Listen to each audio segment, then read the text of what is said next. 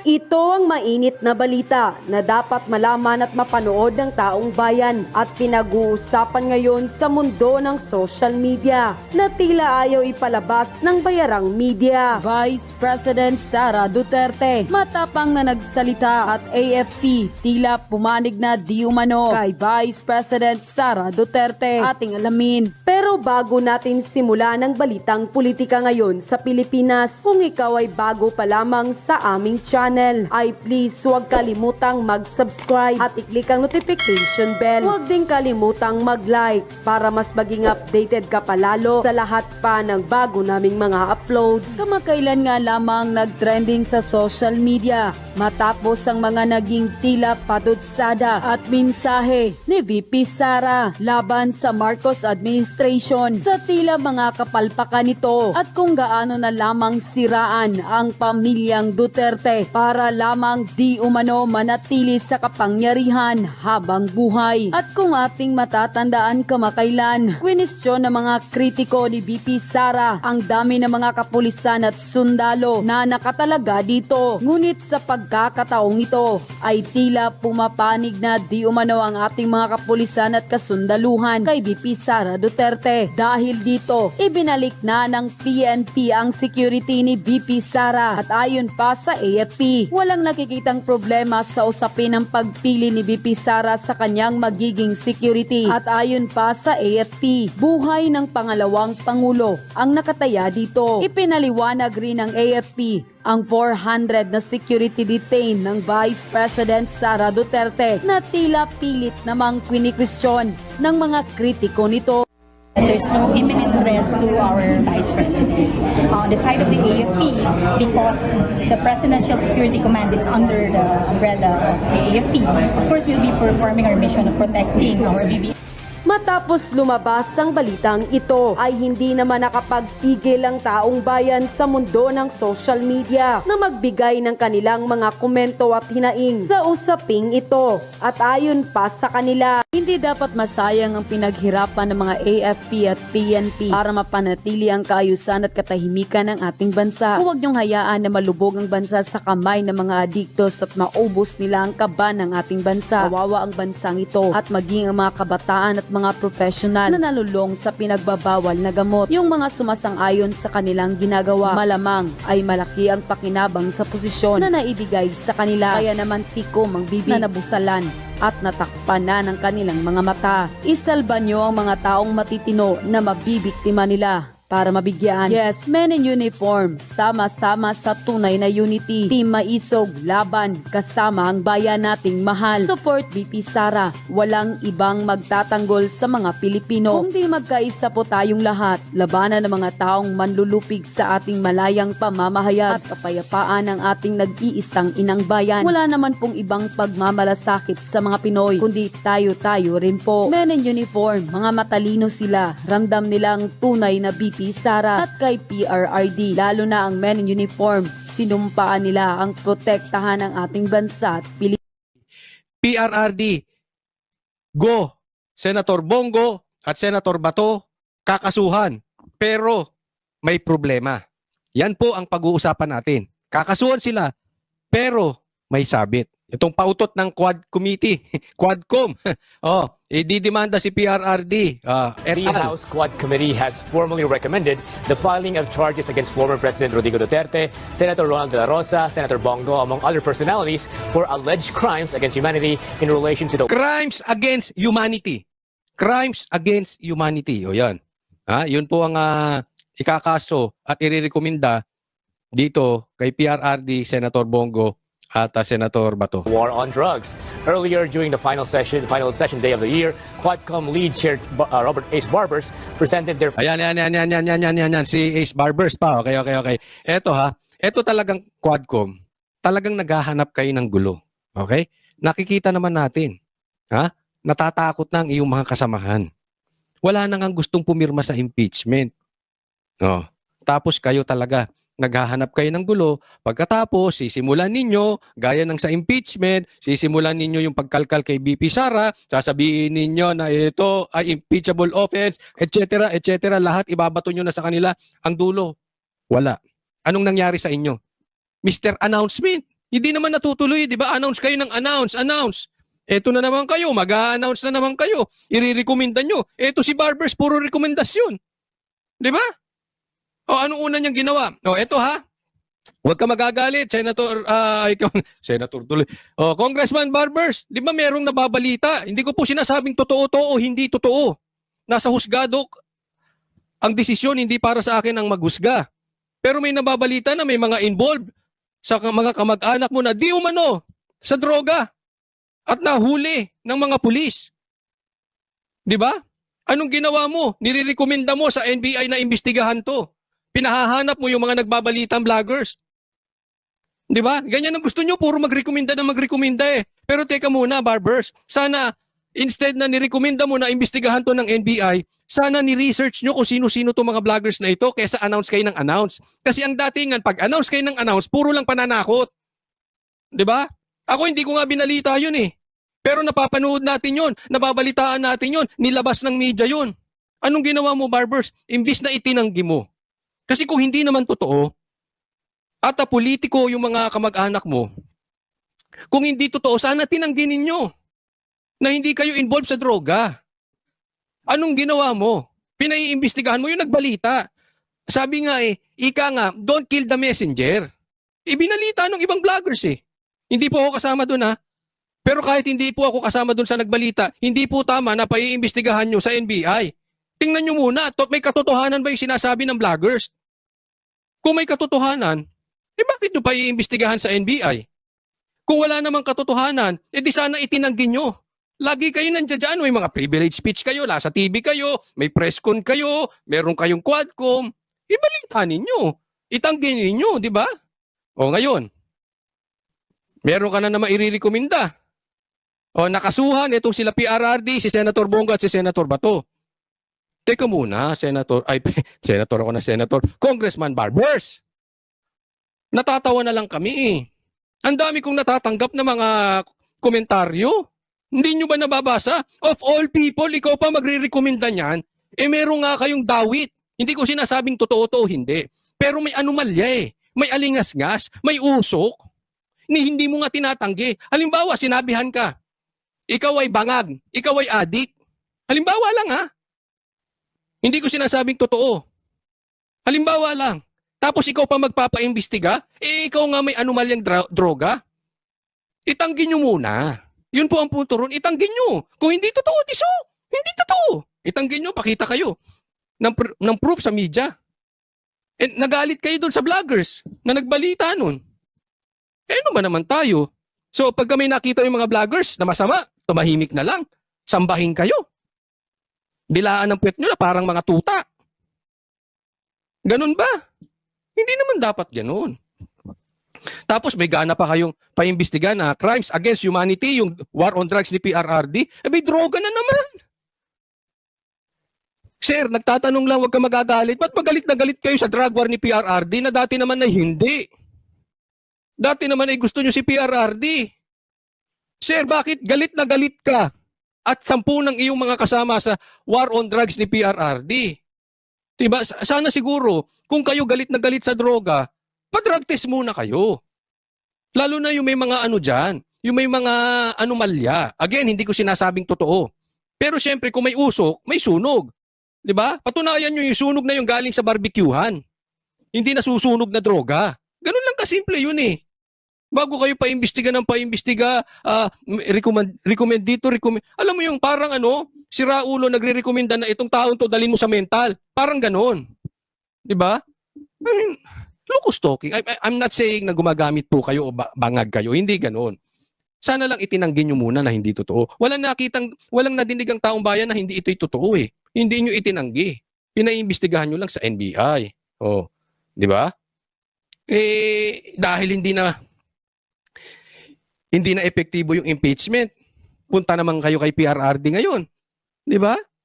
Well, anyway, kung gusto nyo magdemanda, kung gusto nyo, walang problema. Sabi nga ni PRRD, pati yung ICC, papasukin nyo na eh.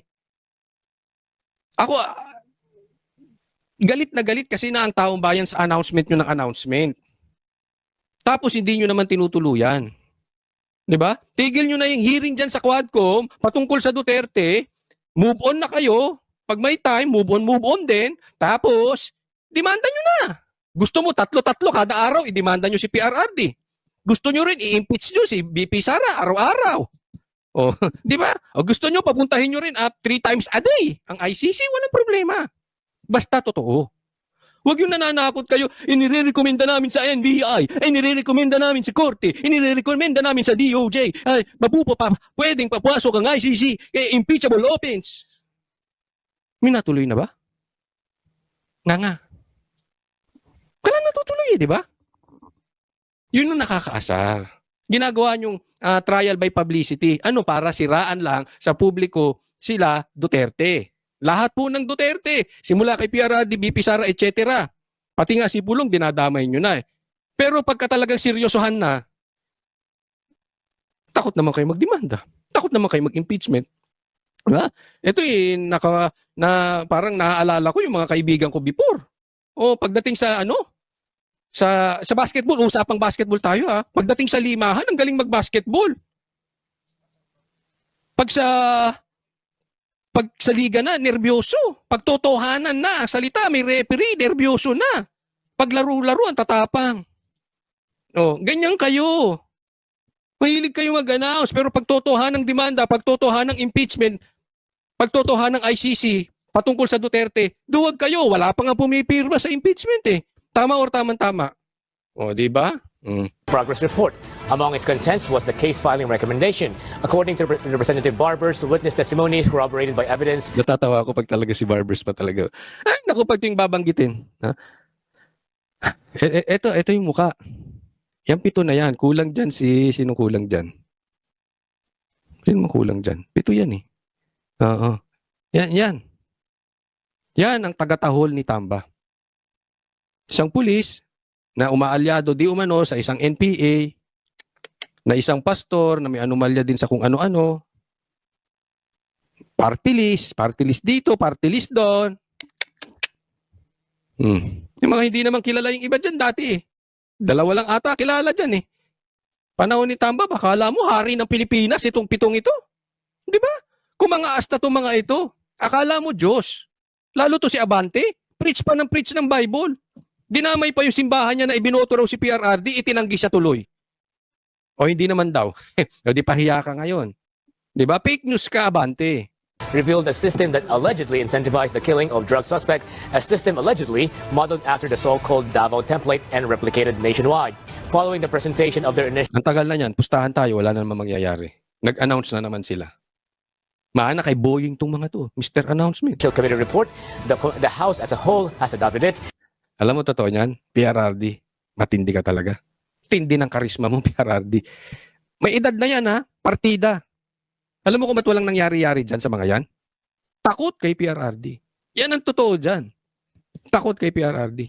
And likewise approved the motion to transmit the progress report to concerned agencies for the filing of appropriate charges. This report is not merely an account of our work, Mr. Speaker.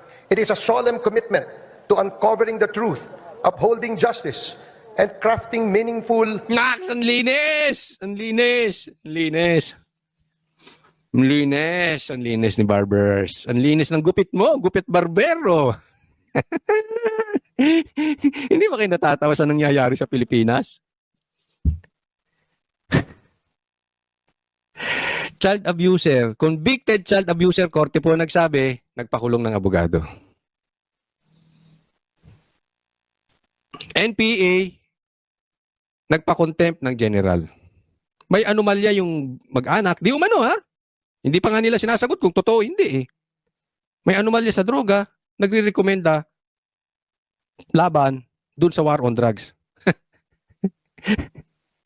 Ang galing mo, Tamba! Mismo ka, mismo. Sino naghahabol? Grupo ni Tamba. Ang lilinis, no? Hindi kurap. Pinagbibintang ang kurap Duterte. Ang linis. Pilipinas, ano na nangyayari sa atin? Ano nangyayari? Baliktad na talaga mundo. legislative solutions to address the scourges of illegal drug proliferation, unlawful Illegal drugs proliferation. Ulit! Illegal drugs, ano? proliferation, unlawful land drug proliferation, charges of illegal drug proliferation, unlawful land acquisition by foreigners, crimes linked to Philippine offshore gaming operators or POGOs, and extrajudicial killings. Linis! Linis. Well, tanggapin natin mga Pilipino, ganyan na ang pangyayari sa Pilipinas, baligtaran na po. Ito naman, next, pag-usapan naman natin, ito, Aimee at BBM, gumagawa ng pelikula. Oh, pelikula ha, pakinggan ninyo ang pelikulang pagtatandem ni BBM at ni Aimee. Pinunahan ng ilang senador ang ilang kontrobersyal na alokasyon sa panukalang 2025 national budget. Matutsyada ni Senadora Aimee Marcos, tila may himala raw na nangyari. Nasa frontline ng balitang yan si Nean Los Baños. Hango sa linya ng isang sikat na pelikula, nagpatutsyada ang kapatid ng Pangulo ni Senator Aimee Marcos sa naipasang panukalang national budget para sa susunod na taon. Wala nga bang himala sa nakalipas na BICAM? 10 ng sambayanan Ang linis mo, Aimee. Ang linis mo. Pulang-pulas. Merry Christmas, Happy New Year, Aimee. Pulang-pula ka. Pakiwari ko na may himalang naganap. Nalabag sa patakaran natin dito sa Kongreso. Himalang lihim na ginawang pulubi ang Pilipinong animoy nanlilimos at naghihirap sa harap ng mga ganid at makapangyarihan. Maging ang ating Pangulo, aking kapatid, ay nagduda na. Unang kinastigo ni Senator Marcos ang liderato ng Senado na anya ay hindi pinakinggan ang kanyang hiling na gawing klaro ang diskusyon sa budget, partikular ang BICAM meeting. Alam mo, don't get me wrong ha. Hindi ko sinasabing mali yung ginagawa ni Aimee. Tama naman yun eh. Kini-question niya, lalo na yung naging budget. Lalong-lalo na dito sa budget patungkol sa AKAP. Tama naman yun. At kini-question niya yung Senado, ba't pinalusot nyo yan? Hindi naman pumirma dyan si Aimee eh. So sa puntong yon, tama. No? Yung mga pinaglalaban niya, tama yun. Maganda yun. Sabi nga natin eh, pag tama, palakpakan, pag mali, banatan. Yan po ang banateros eh. So yung ginagawa ni Aimee na yun, sinasabi niya, pinaglalaban niya, tama. Pero, hindi ako bilib. Kasi para sa akin, parang mistulang gumagawa ng pelikula itong magkapatid. Ha? Nagreklamo ang taong bayan, reklamo, pasok si Aimee, kunwari nagagalit siya kay Bongbong Marcos, ganyan-ganyan, etc., hindi na lang niya i-text. But anyway, sinabi niya pa dyan sa kanyang mga speeches, etc. Tapos, ibibito to. Hindi pipirmahan ni Marcos. Di ba? Pag hindi niya pinirmahan yan at nabago yung budget, sino hero? Tanong ko sa inyo. Sino hero? Alam mo, tinutulak din ni Senator Bongo to ha. Hindi lang siya maingay katulad ni Aimee. Pero galit din siya doon sa pagpapasa ng budget na yan, including Senator Bato. Eto lang si Aimee, madalas din lumabas sa mainstream media. Alam naman natin kung bakit. Di ba? Si Aimee ang maingay dyan. So tama yan. Pero mag-iingat tayong Pilipino. Parang awa nyo na. Huwag kayong papabudol. Sakyan lang natin si Aimee. Sakyan lang natin. Anyway, sinakyan din nila si Sara eh. Di ba? Ginamit nila si BP Sara para makaupo yung kapatid niya eh. Imposibleng, kung totoong adik yung kapatid ni Aimee na si BBM, totoo man or hindi totoo, alam ni Aimee yan. Alam ni Aimee kung may problema si BBM o wala. Alam ni Aimee kung nakikialam si Lisa o hindi. Bakit hindi siya nagsalita? Bakit kinonvince pa rin niya si BP Sara na bumaba bilang Vice President? Di ba? So ginamit nila si BP Sara. Tayo, gamitin lang natin. Sige, maganda yung pinaglalaban mo nang hindi matupad yung napakalaking budget ng AKAP. Dahil gagamitin lang yan sa vote buying, na legalized vote buying ng kampon ni Tamba. Yung grupo ni Tamba, okay yan, maganda yung sinasabi mo. Pero mag-iingat, okay? Huwag papabudol ulit. Gamitin lang natin sila. Ha? Baka mamaya mabudol na naman kayo sa pasalita na ito sa media. Pelikula lang yan. Good cop, bad cop. Kunwari bad cop si BBM for the meantime kasi mag-e-eleksyon. Sinong good cop? Si Aimee. Pag binito, ay, pinaglaban ko yung budget na hindi matuloy sa AKAP. Mo, di ba? Wag tayo papaloko. Tandaan nyo, Marcos yan, budol-budol yan. Bago ito papirmahan sa kanila. Gate ng Senadora, hindi sila binigyan ng paunang kopya bago papirmahan ang BICAM report. Sa kasamaang palad, hanggang ngayon lahat kami ay nangangapa sa dilim. Paano naman ako pipirma sa blankot kulang-kulang na papel?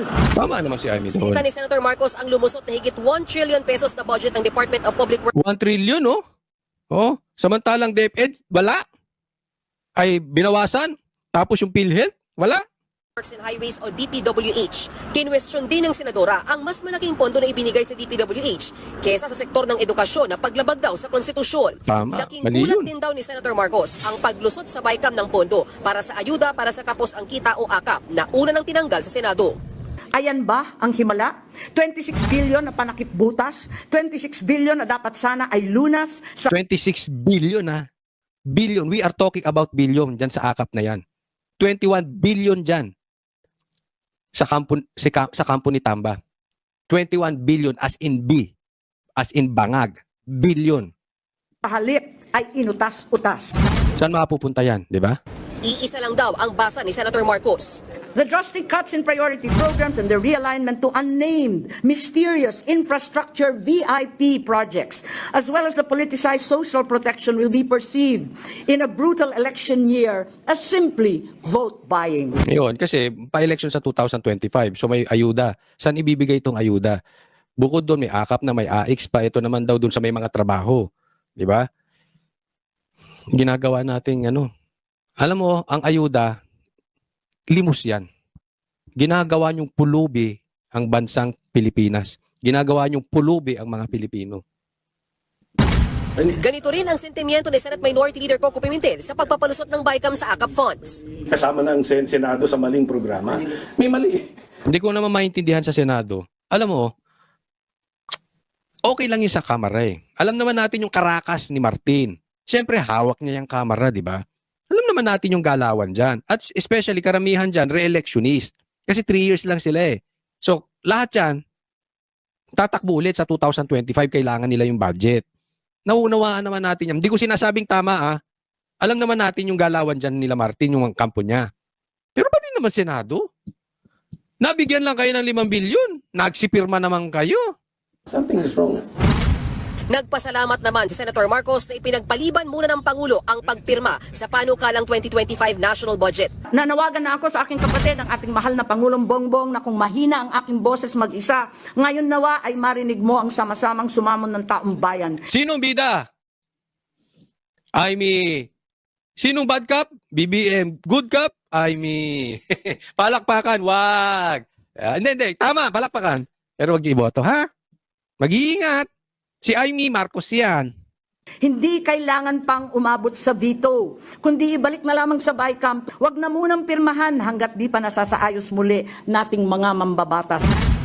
Ayon naman kay Senate Finance Committee Chairperson Senator Grace Poe, isa itong mabuting senyales ng demokrasya.